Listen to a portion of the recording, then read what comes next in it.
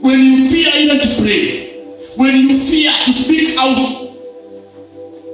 bad things can happen. When I'm in class, I normally tell my learners, don't fear me.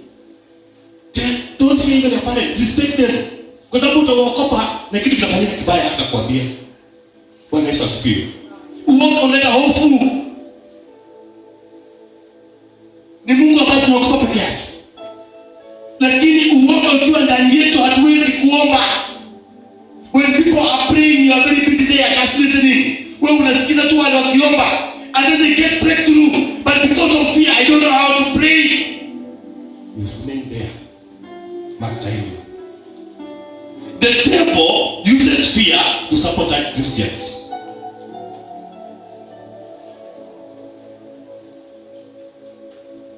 Mimi hakuna mahali siwezi enda. Bwana Yesu asifiwe. Nilienda State House mara ya kwanza some 3 years back. Na nilikuwa sikuwa niende, lakini wakati walikuwa wanapanga wakisema kuna watu ambao wanafanya State House kutembelea rais, nikaenda nikapanga watoto wangu na mimi nikasema commissioner, hata mimi nitaenda. Nikaambia watoto leta pesa tuende, na wakaleta. I ended to the State House. Nikatembea hapo kwa mama, nikatembea hapo vizuri. Nikasema hata kama ningefanya degree haingenifikisha hapa. Bwana Yesu asifiwe. When you fear, you don't get something that is worth. When you fear. So it's something against Christians. And this is the weapon of the devil. When you fear, you live a hopeless life. Life that does not have peace. Yaani mtu ni kifupi na kinatoshana hapa. Mkono ni ya mtu mzima na ni kama ni ya mtoto. Mguu ni ya mtu mzima ni kama ni ya mtoto. Sasa unataka huyu mtu ni alikuwa na malnutrition ama kuna nini kifanyika hapo hajakuwa? This is a tough person. Yaani hajakuwa katika physical. Mtu ambaye hakui ama katika ile hali ya kuwa 12, unaweza kuwa spiritually 12. Haukui kiroho. Umelishwa neno, umehubiriwa, but you are still there stagnant. You have cankerworms. They are there in your life. Spiritual stagnation as a church. Spiritual stagnation as a Christian. This one affects your prayer life. Umekuwa kanisani mwaka umeisha miaka miwili, unasema mimi sijui kuomba. Darkness even in giving. The enemy knows that when we give and we give with a cheerful heart, the heavenly realms open and God opens supernatural doors. Lakini kwa sababu ya hii roho ya hukumu, hataki usonge mahali pengine, anakuambia don't. The spirit of darkness in serving. Unataka kuwa mahali hapo tu, hausongi mahali pengine. That spirit of darkness, kangawa. You are employed, there is no career progression. Hausongi from job group B5, uende kwa D6, uende kwa C1, you are just there, makaining. That spirit of darkness. Ulianza kujenga, ukanunua plot, ukaweka material hapo, mwaka ukaisha, mwaka mwingine ukaisha. Spirit of darkness. Kangawa, stagnation. And most of these things, some of them are connected to what Pastor Dickson was telling us. Ancestral. Yani, this spirit, some of them are ancestral. They are from our lineage. There are people maybe who would never prosper beyond that level. And when you want to cross that particular level, hiyo roho inaamuka, inakuja, inakuzuia, inakufinyilia sana.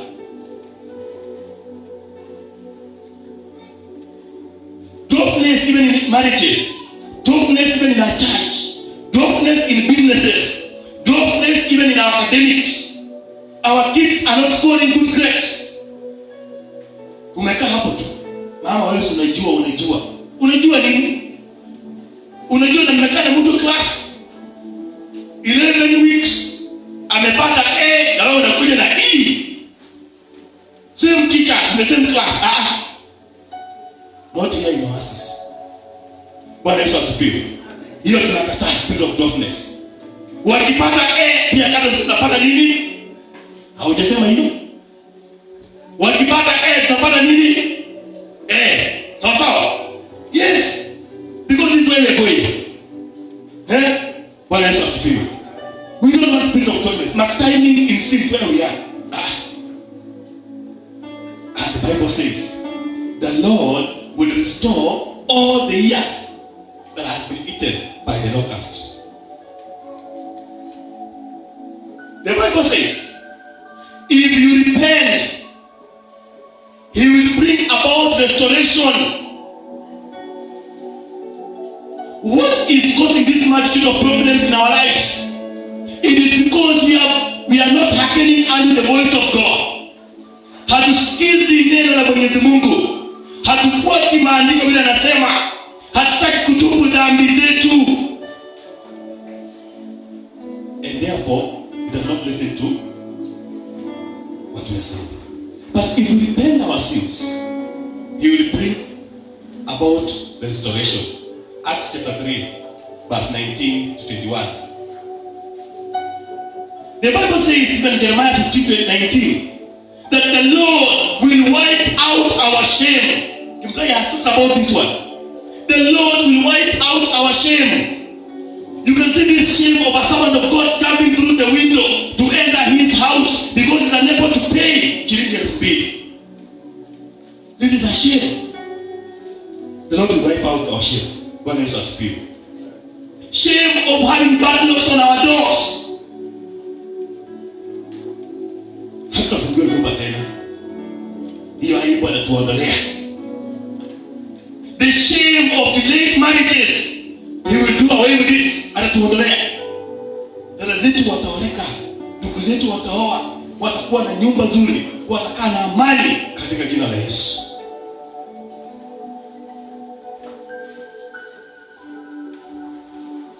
The shame of joblessness. Kazi inapotea kila wakati. Tunakataa hiyo. He will wipe out that shame. The shame of poverty. Kuna watu wengine ukiona simu yake ikiitana jina inakuja fulani. Madam Masi, unajua tu huyu ndio yuko na 2,000. Kwa hivyo sasa unakuwa wamekuandika hapo 1,000 ngapi? Ikiitana anaiangalia tu. Ama kama kwa nyumbani pale tunaambia, kama tunakwambia mama hayuko. Kwa sababu akishika lazima tumwambie nataka 1,000 ngapi? Yani you have been nicknamed a borrower. This is a shame. Instead of you borrowing, you become a lender. Bwana Yesu asifiwe. There is a shame where husbands are chasing their wives away from the house. My child used to tell me sometimes, "Teacher, I don't like going home." Kaambia kwa nini? Tusipokula mapema na baba aingie kwa nyumba, imeisha. Yaani hata watoto wanajua baba akiingia kwa nyumba hivi kama hawajakula, imefanya nini? Imeisha. This is a shame. Mothers being chased away every now and then by the husband. Not in our lives. Tunakataa hiyo. A shame of sending back our learners for school fees. Tunakataa hiyo. We shall pay school fees in time because God is going to provide for us. Bwana Yesu asifiwe. When we are in school, we happen to be in public schools, and some of us happen to put on shoes and go on school, and others did not have shoes. So they will look at you and say, "Hey, unavaa viatu namna gani?" Na wengine ambao hawakuwa wanajua wakati kuvaa viatu. Hii shame ndio kutembea miguu tupu hapa tunakataa. Because poverty is not part and parcel of us. Bwana Yesu asifiwe. Your situation is changing. If you only repent your sins, and God will restore everything that has been taken away from you. He says, you will see see the rain in the morning. At lunchtime, you'll be reaping. Mvua itaonekana asubuhi. Wakati wa mchana kama huu utakuwa unavuna mazao ambayo umepanda. Bwana Yesu asifiwe. Hata kwa tunakaa tu namna hii tusipokosa kuona mazao yetu. When I got my IT, nikatoka nyumbani, nilifungua bank accounts 3 na sikuwa na kazi. Nikaenda Equity Bank nikafungua account, nikaweka shilingi 100. Nikaenda Cooperative nikafungua account, nikaweka shilingi 50. Nikaenda pia ingine nikafungua. Sasa wakati nilikuwa niko na hizo plates kwa nyumba, my brother alikuwa ananiuliza, wewe kitu chako ni mbaya, why you having so many bank accounts and you don't have job? Nikamwambia, these bank accounts are zeros because they are waiting for other zeros to add on them. Bwana Yesu asifiwe. Na unajua nilikuwa naongea kimuujiza hivi, wanafikiria ni kimchezo. From there, I got a job in Nakuru. And the first account yangu mara ya kwanza ikafika mpaka 3 million. Manager akaniuliza, kwani wewe kijana, how comes? Kaitwa kwa bank kama nienda kuzitoa pesa. Hii bank yako inaendaje tu? Nikamwambia, kwani wewe uone imewekewa Kika, imewekewa Molo, imewekewa mahali pengine. Uone wamesema business. What is happening in our life must be manifested in the spiritual. Bwana Yesu asifiwe. Kila ambacho unataka kufanyika kwa maisha yako lazima ukione kwanza kiroho ndio ikuje katika hali ya kawaida. Bwana Yesu asifiwe. The people who despises you will come back for you and say, please help me, because the Lord will wipe away our shame. You are retrenched from a job, but they are going to come back for you, looking for you, and say, we need your services. Because they cannot get somebody like that. The Lord has restored everything that was taken away from you. God is in the season of making new things in our life. He is doing a speedy work in your business, your promotion, your education, your marriage, your life, your ministry. Things are working. He's going to restore everything if we believe in Him and we repent our sins.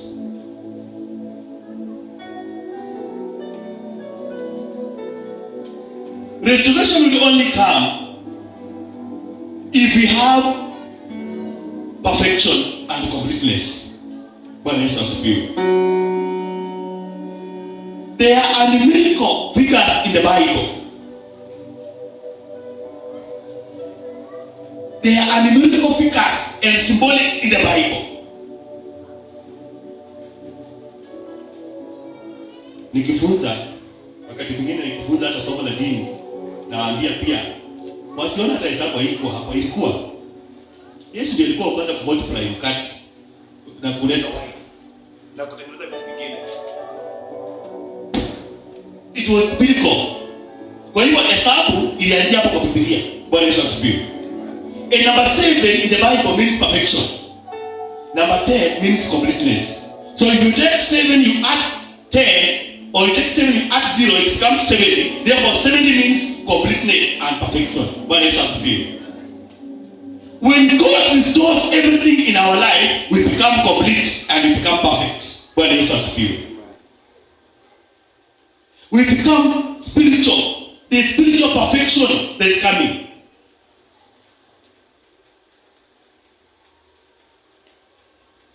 That God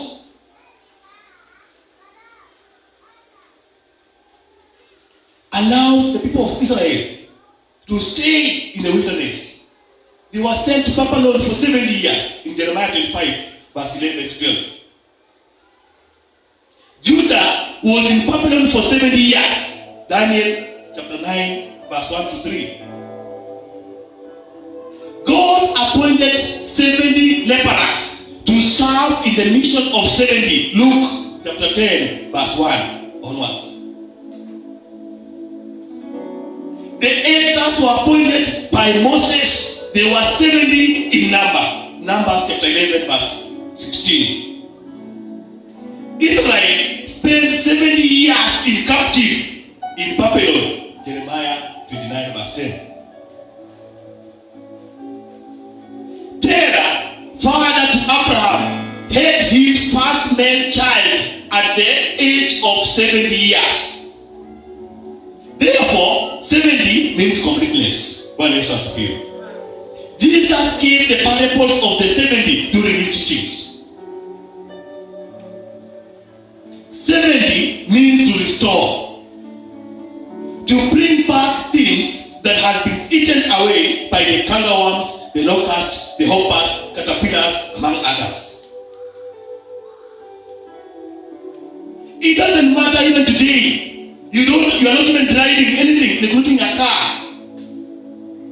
You don't have a house, you don't have a husband, you don't have children, you don't have money. There's no job, there's no good career. You have even lost hope. You've lacked faith. The Lord is restoring all these things in your life. One is as few. I have come to tell you that my brother, my sister, the time for restoration is here. Enough is enough. Enough is enough. God has a responsibility.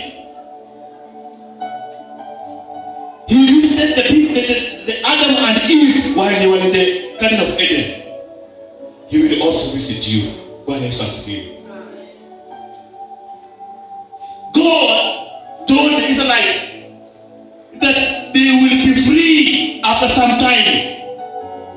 There is an expiry date to your multitude of problems. Kuna siku ya kuexpire kwa shida ambazo uko nazo. Bwana Yesu asifiwe. Hatuwezi kuwa tunakaa katika hali ya ugumu kila wakati. And the expiry date is today. There is an expiry date for mockery. There is an expiry date for madeni. There is an expiry date for madharau. Kuna mwisho wa kuwa na uoga. Bwana Yesu asifiwe. I don't know what is in your mind. I don't know what comes in your mind when this sermon is here. For how long will you live in fear? For how long will you baptize in sins?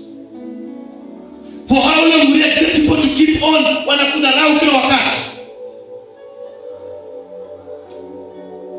God is speaking. He says in Jeremiah, I alone know the plans I have for you.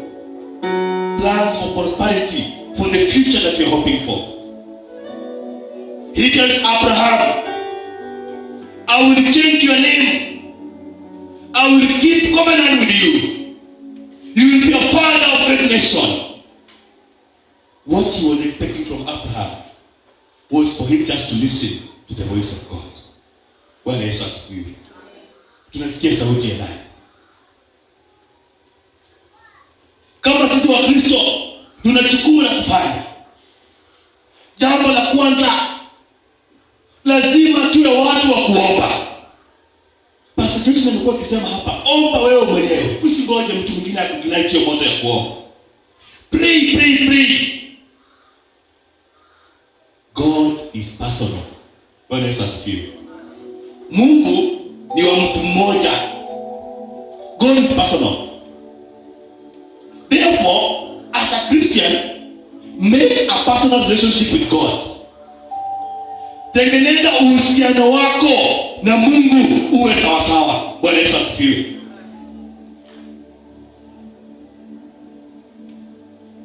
Iwapo mbingu itafunguka sasa hivi, swali langu ni je, utakuwa upande gani? Uhusiano wako na Mungu uko aje? God is not a bureau. He's not a gambler. He's not an ATM machine. God is not Twitter. It's not technology where you can go and manipulate.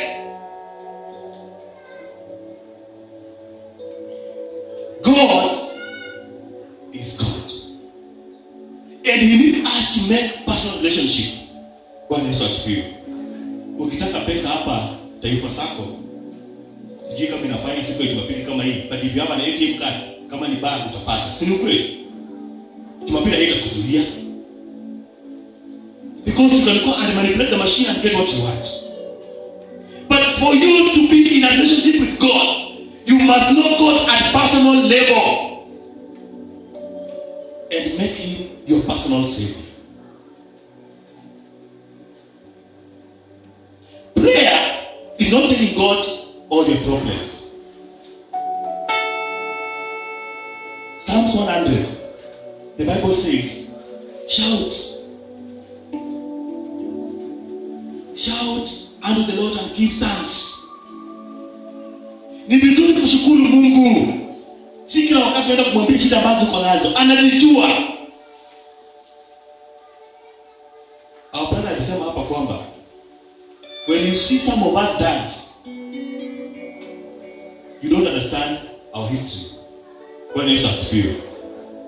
When you see some of us on pulpit like this, we have come from families where people could not stand before others. We have come from villages where alcohol is there throughout. But we decide to say, God, save me. How can my brother, how can my cousin, how can my neighbor have a degree and just live there in the mud and I can't happen? Very useless. I don't want to go that way. Where is us feel? You cannot understand my praise because you don't know the pain. Where is us feel? Wengine wetu kama sisi tulizikwa kama bado tuko hai. Wakafikiria imekwisha. Wakati wanatuona na nikaambia Mungu reverse. Wale ambao walikuwa wanafanya mambo kama haya yote wakafariki. Bwana Yesu asifiwe. Because of the power of the altar. When you believe in God, God makes things work. God can restore everything that He has given, that has been taken away from you. Prayer is giving thanks to God, seeking His presence with all your heart, with all your energy, with all your resources, and all your mind. Bwana Yesu asifiwe. I used to pay school fees for my brother. Now he's in 4th year, Kibabii University, in high school. Na nilikuwa na struggle sana, nilikuwa napambana na hali ya maisha. Akafika form 2, Pastor Joseph. This boy decided to become unruly. Nilikuwa natoka Nakuru every now and then going back home for cases ya shule. I went to the office and I remember nilipepa kuna kiti ya chuma. I remember that deputy, I don't know if he's still there. If it was not because of that deputy, maybe I could be in prison. Because when I was looking at how the amount of money I'm coughing, and this is not my son, but I want him to have a better life. Na nanisumbua. Nilinunua kile kiti na deputy akashika mkono yangu. I remember there's a certain lady teacher, she's there up to now. Akaniita kaniambia, Dickson, yes. But you are a servant of God. Yes. You don't understand this. This one is not physical. Hii si ya nguvu ya mwili na damu. Go back on prayers. Ingia kwa maombi. This thing is not physical. I know your brother. Na mtoto ni mwerevu. He's sitting in the class. I went back home. Na nikapiga magoti. Na nikaanza kuomba sana kwa imani. Na huyo mwalimu pia akaanza kunisaidia kuomba sana. You know what happened? My brother changed. Nilisikia amerudi shule hata sikupeleka. Hata kununua fence, yenye alikuwa ameruka. Kufanya kitu yote. At the moment he came back to school, he was the leader of the Christian Union in the school next year. Up to now, he's preaching the gospel. Bwana Yesu asifiwe. What prayers can do, I don't. If you understand the power of prayers, watakuwa wanakuangalia wanasema huyu usimchezee. Bwana Yesu asifiwe. Wakati mwingine ukiwa na ndugu kimtai hapo, wanakaa wanasema mafuta yako ni kubwa. Naambia hapo si kubwa, ya Mungu ndio kubwa zaidi. Why? Ninaelewa nguvu ya maombi. Bwana Yesu asifiwe. The moment we understand the power of prayer in our life, things change. Bwana Yesu asifiwe. Things change. Let us not take what our problems. Tushukuru Mungu kwa kila jambo. Tushukuru Mungu kwa kila jambo. The prayer of faith will revive the sick person and you see healing. Bwana Yesu asifiwe. Ukiomba tu maombi ya imani sana na mtu awe mgonjwa, wagonjwa watapona. Bwana Yesu asifiwe. Prayers. There's a time I was in Kimendo and our pastor's wife alikuwa anafanya kazi Kijape hospital. And I stood on the altar like this, just preaching. Na nikasema tu in a prophetic way, nikamwambia kwamba mka wa mchungaji, God is going to bless you with a car. Na si hii ya mume wako. But don't live to yourself. Serve God with wealth that is going to give you. Na anakubariki in a mighty way. It did not take a month. That pastor's wife had applied for a job with World Vision. Mimi sikujua. Then she called me, told me, Dickson, come and pray for me. Naenda kufanya interview online kwa laptop kama hii. Nikamwambia hata mimi sitakuja kuomba pastor hapo pale. Akasema no, I just said come and pray. I entered the house and I told him, God has granted to you the desires of your heart, and that job is yours. She went for the interview on Monday. She is having a driver and a bodyguard as we are talking right now. But when she had that job, she's in Migori. Anafanya kazi huko, anakuja kufanya huduma. Analipa rent ya kanisa huko. Because of these prayers. Bwana Yesu asifiwe. And I thank God. Because when we pray and we declare, we make declarations with a lot of faith, things work. There is power in prayer. He is not on and off like electricity. God is steadfast. Get connected to Him. Communicate with Him always. Adore Him. Confess your sins. And give Him thanks.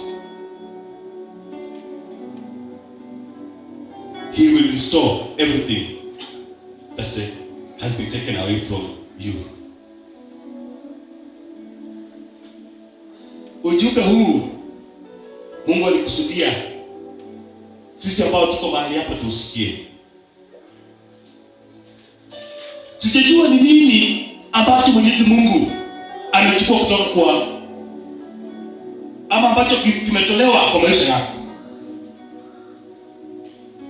The Lord is speaking to us today that He is going to restore everything that had been taken away from our lives. And He's doing it in a speedy way that we are receiving this revelation and shall come to testify. As Christians, let us take a step of faith. Tuchukue hatua ya imani. Na tuombe Mungu kwa imani sana.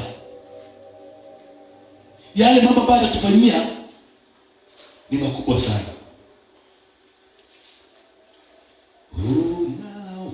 Unaweza kufanya, unaweza kutenda mambo makubwa zaidi ya niyombavyo.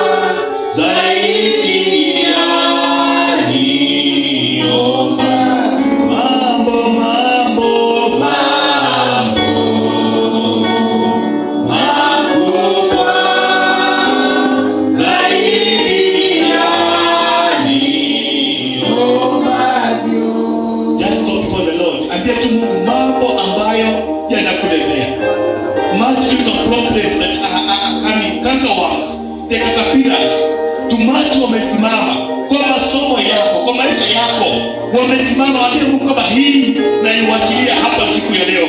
Ninaombea urejesho katika ndoa yangu, ninaombea urejesho katika biashara yangu, ninaombea urejesho katika kazi yangu. I declare promotion in my career, that Jehovah Lord, I will never be the same again. The Lord is restoring us today.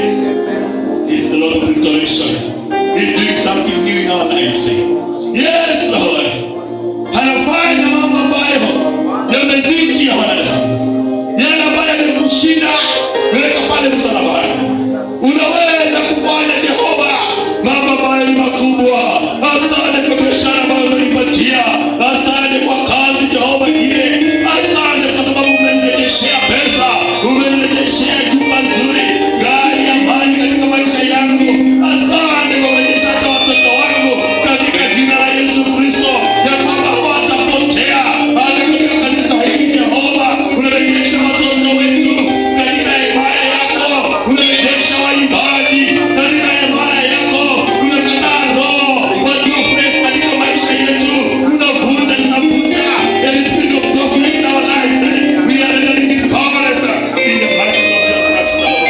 You are restoring us from past, our Father. You are God of restoration, O King of glory. You are covenant maker, my Father. You are promise keeper, King of glory. You are destiny changer, my Father. We pray that Jehovah Lord, you reign forever in our life this afternoon. Jehovah Lord, reign, because there's no other God like you. Asante kwa maana umerejesha kile kilichojiwa na tike, umerejesha pesa zetu, umerejesha kila kitu, umerejesha amani, umerejesha upendo, umerejesha mfalme, afya na furaha, umerejesha mali zetu katika jina la Yesu Kristo. Hata baki jinsi tulivyo Jehova, hatakuwa madeni tena, hataomba tena Jehova, kwa maana sisi ni watu wako. Asante Baba yangu kwa kazi ambazo unarejesha watu wako, wakitoka hapa Jehova, waje tukapate ushuhuda. Asante Bwana wa Mungu kwa afya nzuri, wale ambao ni wagonjwa wamepata uponyaji, umewarejesha afya iliyo njema katika jina la Yesu Kristo. Yes Lord, yes Lord. Hakuna Mungu mwingine kama wewe. Asante Baba yangu. Thank you my Father. Katika jina la Yesu Kristo, Mungu uliye juu mbinguni, tunasema ni asante kwa sana wakati huu. Neno lako limesema ya kwamba unaturejeshea Jehova jile kila kitu ambacho kimeliwa na nzige. Baba yangu mfalme, tunatangaza ya kwamba amani yetu inarejea Jehova jile. Ushindi wetu Baba unarejea mfalme ajabu. Tunapoingia mwezi huu wa Novemba, Baba yangu unatuweka viwango vingine Jehova jile. Hata kama kanisa mwana wa Mungu, we are declaring that my Father, we shall never be the same again, O King of glory. You are elevating us, O my Father. You are raising the praisers, my Father. You are raising the worshipers, O King of glory. You are raising the instruments of my Father, for the glory and honor of your name, our Father. Even the ministers of this particular altar, unawainua Jehova jile katika jina la Yesu Kristo. Kila dada, kila ndugu kwa madhabahu haya Jehova jile, unamdai kwa damu ya Yesu, akarejea katika hemaya yako, akarejea baba yangu, akakufanyia kazi yako katika jina la Yesu Kristo. Hakuna Mungu mwingine kama wewe. Unatawala na unaweza kukula mamlaka. Asante kwa sana wakati huu. Asante kwa maana umetenda. Jina lako lipewe sifa katika jina safi la Yesu Kristo mkombozi wetu. Amejibu maombi. Amejibu kwa wakati Bwana. Amejibu haja ya moyo. Jamani Yesu amefanya. Amejibu maombi. Amejibu kwa wakati Bwana. Amejibu haja ya moyo. Jamani Yesu amefanya. Praise God. Praise Jesus. It's good kwa sababu hilo neno limekuja wakati ambao unafaa.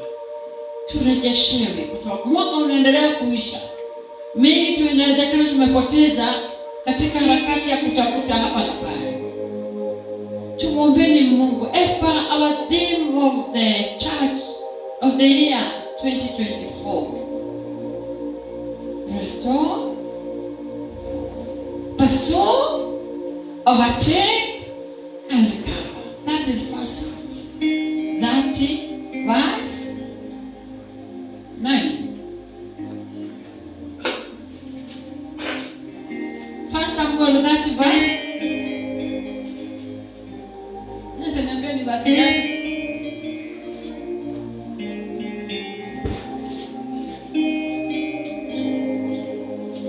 Mahali ambapo that is verse 7. Daudi akamwambia kuhani Abiathari mwana wa Ahimeleki, niletee kizimbao cha kuhani. Abiathari akampelekea. Daudi akamwomba Mwenyezi Mungu shauri, je, genge hili nilifuate? Praise God.